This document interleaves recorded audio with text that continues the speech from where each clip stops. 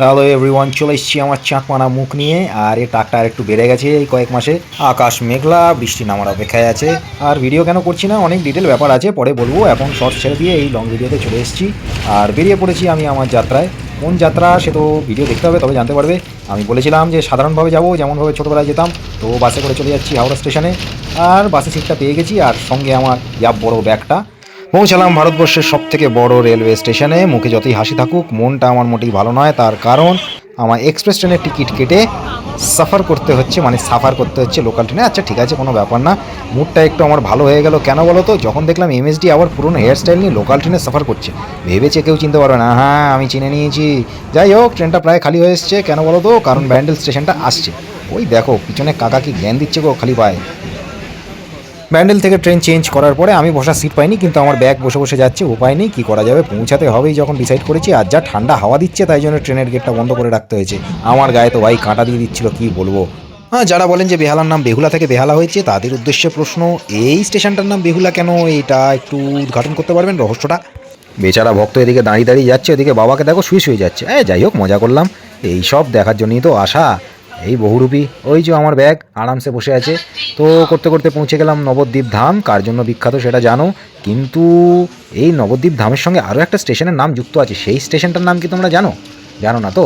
এই দেখো, দেখে নাও, কাটোয়া জাংশন। এই কাটোয়া জাংশনের স্পেশালিটি কী বলো তো? আমার তো দুই পিসির বাড়ি ছিল, কিন্তু দুর্ভাগ্যবশত তারা কেউ আর ইহলোকের বাসিন্দা নন। কিন্তু ঐতিহাসিকভাবে কাটোয়া বিখ্যাত, কারণ নিমাই সন্ন্যাসী এই কাটোয়াতেই গঙ্গার ধারে সন্ন্যাস গ্রহণ করেছিলেন। জানা ছিল না তো ব্যাপারটা? অতীতের রাজা এখন শোপিস হয়ে দাঁড়িয়ে রয়েছে। কয়লার ইঞ্জিন, অনেক ছোটোবেলায় এই ইঞ্জিনের সাহায্যেই পৌঁছেছি এখানে। যাই হোক, তো এরপরে রাধিকাপুর এক্সপ্রেস এলো। ওমা, এ তো দেখি নন এসি রাজধানী। যাই হোক, এতে উঠে দাঁড়িয়ে পড়লাম, আমার লাল জুতো পায়। তো নেক্সট স্টেশনেই নামবো, এটা এমন কোনো ব্যাপার নয়। এবং বলতে বলতে নেমেও পড়েছি। কোথায় এসেছি বলো তো? স্টেশনের নাম হলো সালার। অনেক পুরনো জায়গা। ঐতিহাসিকভাবে এই মুহূর্তে কিছু মনে পড়ছে না, তবে ভাষা আন্দোলনের একজন শহীদের বাড়ি ছিল সালারে, এইটুকু আমার মনে আছে। রাত্রি 12টা বেজে গিয়েছে। আমার দাদা স্টেশনে অপেক্ষা করছিলেন তার এক সাগরেদকে নিয়ে, সঙ্গে একটা ব্যাটারি স্কুটি। এখানকার রাস্তা মোটামুটি ভালো, ওই আর কি কলকাতার মতন ভালো। ওই রাস্তার মধ্যে খানাখন্দ, আবার খানাখন্দের মধ্যে রাস্তা। এই জায়গাটা মোটামুটি ভালোই দেখে মনে হচ্ছে ভিডিওতে। তবে কীরমভাবে এসেছি ভয় ভয় আমরাই জানি, মানে আমি জানি আর কি। ওনাদের তো রেগুলারের রাস্তা, ওনাদের কোনো ব্যাপার নয়। দেখতে দেখতে গ্রামের পথেও ঢুকে পড়লাম। আর গ্রামের রাস্তায় লাইট দেখে আমার খুবই ভালো লাগলো, কারণ আগে তো রাস্তা অন্ধকার থাকতো। আর দেখছি দূরে দূরে আলো জ্বলছে। রাত্রি 12:30 বাজতে যায়। গ্রামের লোকও আজকাল রাত অবধি জাগছে, বুঝতে পারছি, সব রিল দেখার নেশা। তো এইখানেই আমি পৌঁছেছি কাল রাতে আমার পিসির বাড়ি। সকালে উঠে একেবারে ফুটেজ দেখাচ্ছি। এই হলো শ্রী শ্রী রাঘবেশ্বর মন্দির, যার ডাকে আমার এত বছর পরে দৌড়ে আসা। কাল রাতে মারাত্মক বৃষ্টি হয়েছে, প্যান্ডেলের অবস্থা দেখলেই বোঝা যাচ্ছে। আর আমি মন্দিরের কাছে গিয়ে দেখি ইনি লাফিয়ে লাফিয়ে এলেন, এই সিঁড়ি দিয়ে উঠে গেলেন, আর উঠে গিয়ে ওইখানে গিয়ে আটকে পড়েছেন। আর এদিক ওদিক কোথাও বেরোতে পারছেন না। না না, আমি কিছু করিনি, কিন্তু আমি ওকে নামানোর চেষ্টা করলাম, ও ওইখান দিয়ে লাফ দিয়েই নেমে পালিয়ে গেল। Good morning. যেমন কথা ছিল চলে এসেছি। না না, কোনো কথা দিইনি, আমি আগে থেকে জানি। ব্লগ করা অনেক দিন ধরে বন্ধ, আর শর্টস ছেড়ে দিয়ে হঠাৎ করে লং ভিডিও। অনেক কারণ আছে, বলবো ধীরে সুস্থে। এসেছি কোথায় সেটা তো ব্লগে আগেই বলে দিয়েছি। এটা এখন জঙ্গল হয়ে রয়েছে, বর্ষাকাল আসলে এই সব উড়িয়ে নিয়ে চলে যাবে। খুব যে সকাল তা নয়, 7টা বাজে, কিন্তু মারাত্মক ঝড় বৃষ্টি হয়েছে কাল। ঠান্ডা লাগছে, ফুল স্লিপ পরে বেরোতে হয়েছে, বুঝলা।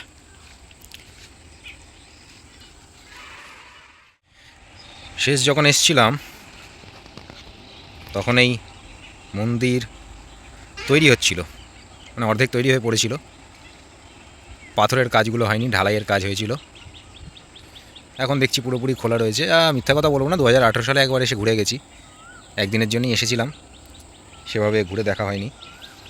এবারে তো গাজনটা কাটাতে এসেছি, দেখা যাক কেমন কাটে। সব জায়গার মতন এখানেও বদল ঘটেছে। বদল মানে রাজনৈতিক বদলের কথা বলছি না, জনজীবন অনেকটা বদলে গেছে। এই সময় যে সকাল 7টা বেজে গেছে, এই সময় রাস্তাঘাটে যেই ধরনের ভিড়টা হয়ে যাওয়ার কথা সেটা হচ্ছে না। আমার দেখে যা মনে হলো, ঘুম থেকে উঠে গ্রামের মানুষও একটু বেলা করে কাজকর্ম সারছে আজকাল, ঘন্টা খানেক লেটে চলছে মনে হয়। আর এই গাজন উৎসবে এলাম 19 বছর হবে। 19 বছরে অনেক কিছু বদলে যাওয়াই উচিত, স্বাভাবিক ব্যাপার সেটা। প্রাপ্তবয়স্ক হয়ে গেছে আর কি, পরিবর্তনের প্রাপ্তবয়স। আবার বলছি, রাজনৈতিক পরিবর্তনের কথা বলিনি আমি। চলো ধীরে সুস্থে ঘুরবো গ্রামটা। গ্রাম ঘোরাটা যদি উদ্দেশ্য নয়, উদ্দেশ্য গাজন উৎসব। দেখি, চেষ্টা করবো যতটা দেখানো যায়। ভালো লাগলে দেখতে। 19 বছর আগে এটা ইটের খোয়া দেওয়া রাস্তা ছিল, এখন পিচের রাস্তা হয়েছে। অবস্থা একটু খারাপ, আসলে কি করা যাবে, এখন 12 মাস যদি এভাবে বৃষ্টি হয় তাহলে তো কিছু করার থাকে না কারণ। এই যে পুকুরটি দেখা যাচ্ছে, এটি অনেক পুরনো পুকুর, পুকুর কম ঝিলই বলা যায়। তবে পুকুরটি এইখান থেকে প্রায় 10-15 ফুট ভিতর দিকে ছিল, এখন দেখছি এগিয়ে চলে এসছে রাস্তার দিকে। এই যে মন্দিরের সিঁড়িতে বসে যিনি শাক বাঁচছেন, তিনি আর কেউ নন, আমার পিসামশাই শ্রী ননী অধিকারী। আর আরেকটা পরিচয় আছে, তিনি এই মন্দিরের বর্তমান সেবায়িত। বর্তমান মানে আমার জন্মকাল থেকে উনিই সেবায়িত। তুমি যেগুলো ফেলে দিচ্ছ এগুলো আমাদের ওইখানে বান্ডিল করে বিক্রি হয়ে যাবে। মন্দিরের পাশে এই নিচু অংশটি কচুবন নয়, এটি আমি একটা পুকুর হিসেবে জানতাম, এখন দেখছি প্রায় বুঝে গেছে আর কি। ওমা দেখো কি সুন্দর সূর্যমুখী ফুল হয়েছে। এখন দেখে বোঝা যাবে না, যারা জানতেন তারা জানতেন। আমি দেখতাম যে এখানে বাসন টাসন মাজা হতো।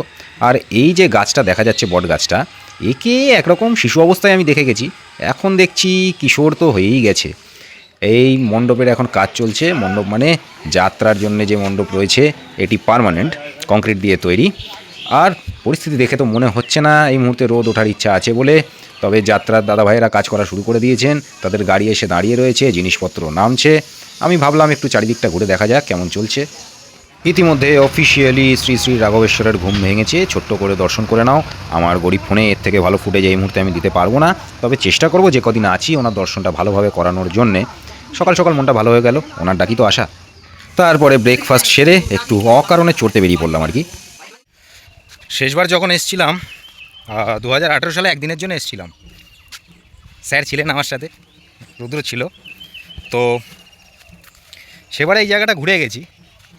এখন তো 8 বছর হয়ে গেছে সেই ঘটনারও, প্রায় 8 বছর। চিনতে পারছি না, 8 বছরে যেন আরও বদলে গেছে।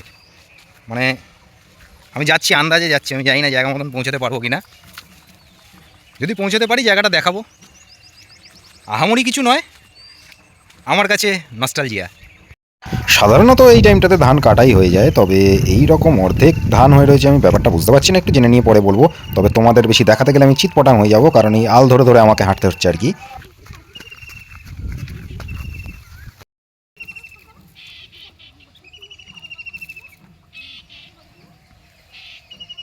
সকালে ব্যাপারটা চোখে পড়েনি, মন্দিরের পাশের বেলগাছটার উপরে দেখছি একটি ঘুঘু বাসা করেছে। হ্যাঁ ঠিক আছে, থাক, ওকে ডিস্টার্ব করলাম না বেশি।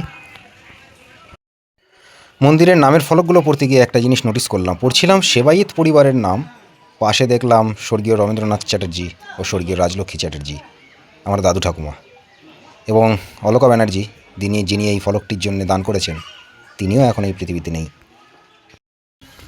আরও একটা পুকুর ধীরে ধীরে মজে যাচ্ছে। যদি কেউ বলে গরমকাল বলে, তাদের উদ্দেশ্যে আমি বলবো আমি অনেক ছোট থেকে এই অঞ্চলে আসি। এখন তো বৃষ্টি হচ্ছে, কালকেই মারাত্মক বৃষ্টি হয়েছে, তারপরে এই পরিমাণ জল রয়েছে। আগে যখন আসতাম 1 মাস 1.5 মাস 2 মাস বৃষ্টি নেই, অজয় নদীতে খালি বালি আর বালি, তখনও এই পুকুরে জল থাকতো প্রায় এই এতটা মতন, এই যে গাছের গুঁড়িগুলো এতটা মতন জল থাকতো। এগুলোও তাল গাছেরই গুঁড়ি, ওই যে তাল গাছ। এই হলো 3 নম্বর পুকুর, যেটা ধ্বংসের পথে। আমি সত্যি অবাক হয়ে গেলাম, ভেবেছিলাম গ্রামের মানুষ অনেক বেশি বুদ্ধিমান, কিন্তু দেখছি আমাদের শহরের মানুষের থেকে কেউ কম যায় না। আর হাঁটতে হাঁটতে এই জিনিসটা হঠাৎ চোখে পড়লো। এখানে দেখে বোঝা যাচ্ছে না, উনুনগুলো ইয়া বড় বড় সাইজের। এগুলোতে কি হতো এখনও হয় কিনা বলতে পারবো না, দেখে তো মনে হচ্ছে রিসেন্টলি হয়েছে। এইগুলোতে আখ জাল দিয়ে গুড় তৈরি করা হয়। জাল দেওয়ার যে গর্তটি, ওটা দেখলেই বোঝা যাচ্ছে উনুনের সাইজটা কীরকম। অধিকারী মশাই তার সেবার কাজে লিপ্ত। মন্দিরের পুজো সেরে উনি এই অশ্বত্থ গাছের তলায় মূর্তিগুলোকে যথাস্থানে ঠিক করছেন। আসলে কুকুর ছাগল এরা ছড়িয়ে দিয়ে যায়, আর রোজ সকালবেলা পিসমশাই এগুলোকে যথাস্থানে আবার সঠিকভাবে সাজিয়ে রাখেন। এই জিনিসটা কি কাজে লাগে কে বলতে পারবে? কমেন্টে জানাও। নইলে নেক্সট ডে আমি বলে দেবো। ইনি সুন্দর জবা গাছের উপর সব মিশে গিয়ে মানে নিজের রং মিশিয়ে দিয়ে বসেছিলেন, কিন্তু আমার ডিটেকটিভ চোখকে তো আর ফাঁকি দেওয়া তো সহজ নয়। বসে বসে টুকটুক করে পোকা খাচ্ছে। এই একটা পুকুর যেটা এখনো জ্যান্ত রয়েছে, তবে মনে হচ্ছে পুকুরটার আশেপাশে দুই একটি গাছ কাটা পড়েছে, কারণ ছোটবেলায় এই পুকুরটায় বহুবার আমি স্নান করতে এসেছি। স্নান করতে এসে ঠান্ডা লাগিয়ে জ্বরও বাঁধিয়েছি। যাত্রার দলের লোক এখন জিনিসপত্র নামাচ্ছেন। মোটামুটি যা বোঝা যাচ্ছে তৈরি তো হয়ে গেছে মঞ্চ, এইবারে টেকনিক্যাল জিনিসপত্র সাজানো চলছে, কিন্তু এর পরে যে ওয়েদার কি হবে সেটা তো আকাশই বলতে পারবে।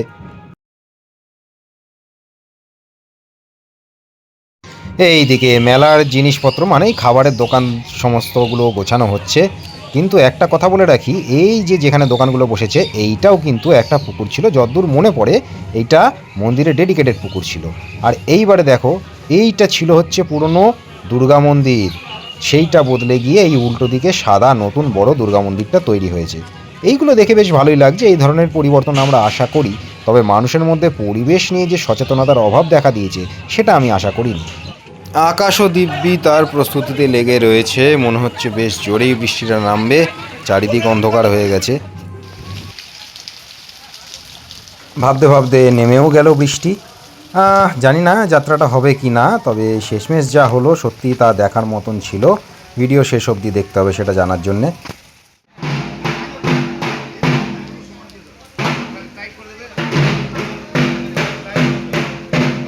সবচেয়ে আকর্ষণীয় জায়গা ভক্ত নাচ। আমি দেখে একটু অবাক হলাম, মানুষের মনে তো ভক্তি শ্রদ্ধা কমছে। এই সময়ে যখন আর মাত্র 5-6 দিন বাকি আছে, তখন ভক্ত সংখ্যাটা অনেক বেশি হতো আগে। এই জনা কয়েককে দেখে একটু কষ্টই পেলাম মনে। যাই হোক, এখনও যে ট্রেডিশনটা চলছে এটাই বড় ব্যাপার। হয়তো একদিন বন্ধ হয়ে যাবে, হয়তো একদিন ঈশ্বরের কাছে মানুষের চাওয়ার কিছু থাকবে না।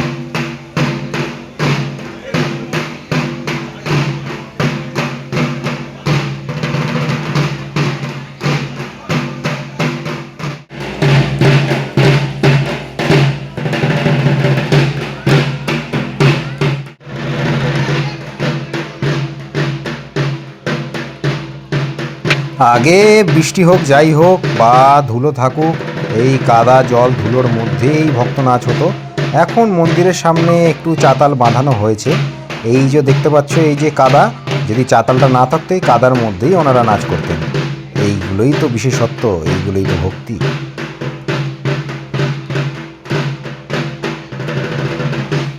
দেখতে দেখতে ইলেকট্রিসিটি সাপ্লাই অফ, কিন্তু তার মধ্যেই চলছে ভক্ত নাচ অন্ধকারের মধ্যে। একটা জিনিস মাথায় রাখতে হবে, আজ থেকে 100 বছর আগে হ্যারিকেনের আলোতেই এই নাচ চলতো, তখন কেউ ইলেকট্রিসিটির ধার ধারত না।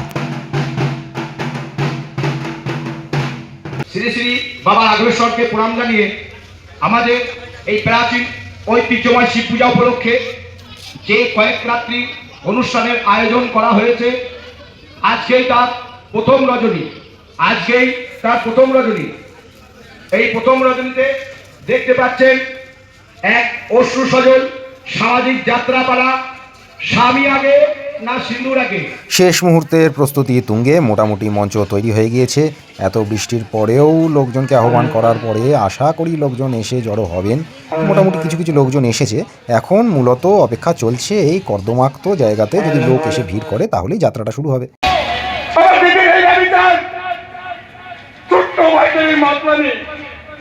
পয়সার জন্য আমার বড় দাদার নোংরামি। শহুরে মানুষদের ওভার অ্যাক্টিং মনে হতেই পারে এগুলো, তবে যাত্রাতে জোরে ডায়লগ না বললে অসুবিধা অনেক বেশি হয়। আর হ্যাঁ, মনে রাখতে হবে এগুলো কিন্তু সিঙ্গেল টেক, কাট বলে দ্বিতীয়বার করা যায় না। সত্যি অনেক বেশি প্রতিভা লাগে এই যাত্রাতে অভিনয় করতে। পুরো যাত্রাটা দেখা আমার হয়নি, তবে ক্লাইম্যাক্সটা দেখলাম, ভালো লাগলো। সাধারণ গল্প, তবে ঠিক আছে, সামাজিক গল্প, জরুরি গল্প।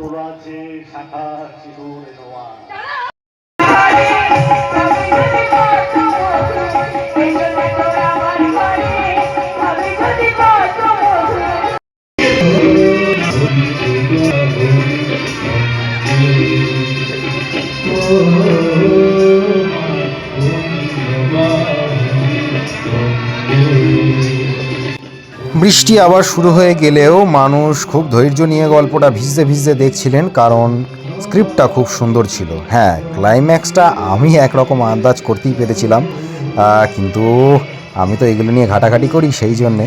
তবে মোটের উপর বলতে হবে অভিনয় খুবই সুন্দর। যাত্রার দলটির নাম ছিল 5 স্টার। আর হ্যাঁ, চ্যানেলটা সাবস্ক্রাইব না করা থাকলে করো। আর বাচ্চারা যারা ভিডিও দেখছো তাদের বলছি, স্যার ডে 2 ভিডিও নিয়ে আসছে শীঘ্রই। এডিট করতে একটু কষ্ট হচ্ছে, লেগে থাকো।